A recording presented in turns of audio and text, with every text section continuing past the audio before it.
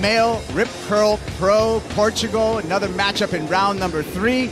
Matt Wilkinson to an early start here, winding up off the bottom and continues to throw that board into the lip. So that's going to be the start for Matt Wilkinson. He's up against current number 5 on the Jeep leaderboard. Got a guy like Jordy Smith in your heat. This is a replay of that very first wave. Getting loose on the final move, which is showing that extra risk. Jordy Smith, Jordy this time finds a barrel. Can he find the exit? And the big South African cannot claw out of his opening ride. Wow, Wilco, it looked like he had a little voodoo doll there to make sure that Jordy didn't get through that one. He was watching as he was paddling back out. Good start for Wilco. Looks like, to me, Matt is having a good time. You really need that single high wave. That's going to come into play a lot of times, Peter, when in a tie-break situation like that. Yeah, that's right. Getting that best wave. It's that emphasis is there, especially when there's those ties. Jordy Smith finds a barrel. This time it looks like he's going to find an exit, spending extra time behind the curtain. Smith's not done. Layback hack to finish it off, combos it up. Did a good job of stalling behind the curtain in the barrel to maximize that tube time. Jordy Smith's going to add to his score line, have probably the chunkiest score so far. We're going to take another look at it. Yeah, this bank, we saw it kind of shift down the beach. They're surfing away from the judges, and with that, this right-hander has really kind of showed its face now, finally. This is a great bank. It's shaped up overnight, with all that extra water and the wind. See the angle up top, and this thing's been peeling down. Nice work by Jordy to find that second section. That actually probably made that wave a lot better, considering he was much deeper on the second part of that wave section. You see here, you can see his board. Even from this angle, you can still see that he's pretty in the barrel. That next section is where he actually disappears from view. Nice work there for his positioning on this wave, and then gets the maneuver done, which is another bonus, big time. Work on stalling in the tube there to maximize his time disappearing. Second section, manufacturing a longer tube ride, don't you think, Pete? I would say so.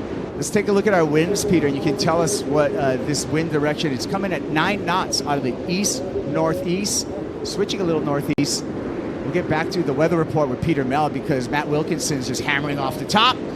And another. There's the rhythm, the pace, the flow that we see from Wilkinson. Got to stand back up, get up, Wilco. Can he go complete? And the third maneuver is not going to count.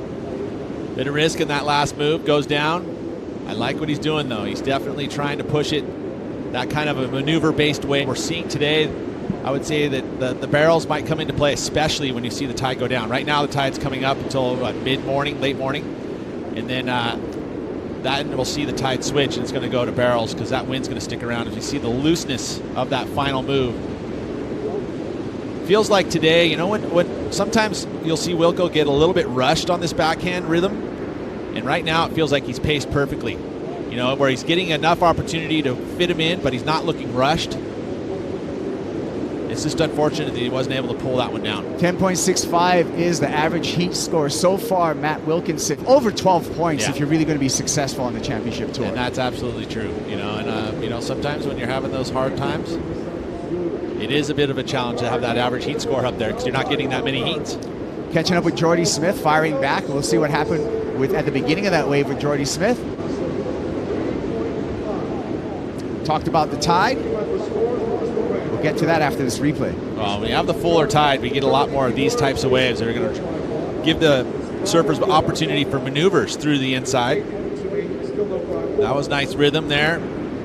Not a huge amount of difficulty, and the wave was just open more than anything, so great flow.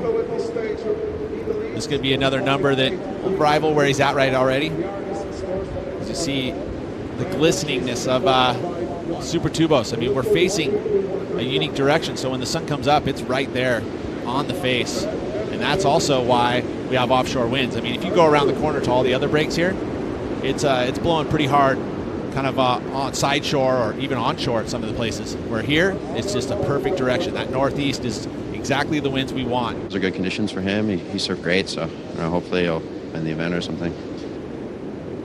Matt Wilkinson hooking off the top. Delayed bottom turn vert. Big hack off the top for Wilco. Just what the doctor ordered. He needs a 4.1 to get on top of Jordy Smith and gain the lead. Let's take a look at this one. Nice and clean. First wave of the set. Beautiful hook for the first one. Straight to the bottom. Bang. Straight up. Hit that critical section. Gets it done nicely. Jordy Smith right behind him. Big floater section, and he stomps the landing bolts. Nice exchange, Pete. It's so cool to watch these two go blow for blow. I mean, I love when we get to see back-to-back exchanges. Great surfing on a set wave there from Matt Wilkinson. Hammers that final section, and then Jordy says, oh, okay, you're going to do that? Well, I'm going to ride a frothy one and just do the hang time. Big float, and what makes that so dramatic is actually the water kind of backwash hitting the wall as he's going up the face, and watch it just re-burp, burp, you know, and he's up there and hanging, and then just a complete free fall down. And the stomp for finish. That was pretty darn cool. Jordy Smith trying to improve on a 4.83 because you need speed to hit closeout sections. You need to be able to get away from the explosion of the lip. If you have low speed, all of a sudden you're going to land with the explosion. And Wilco, tube seeking, finding a little cover, little more, stalls again, behind the curtain. Can he find an exit? And just gets clipped on the way out, unfortunately for Matt Wilkinson. Looked like he was on his way. That was 3 minutes of nothing. But now, this is it. It's something. This could be the buzzer beater. Jordy Smith starts with a float. Needs to get around this section. Grabs on his toes with the whitewater. Now he's going to have to work hard for a dynamic finish. Oh, that's not it. And you can see the frustration from Smith. That will not be the 5.16. And he knows it. And Matt Wilkinson has had a lot of heats this season go the opposite way for him. And that was right there a turning point for Matt. Psychologically, to see that wave coming in, he's going, no, not again. And finally, Matt's going to get through again into round number 4 and start his way back up the rankings.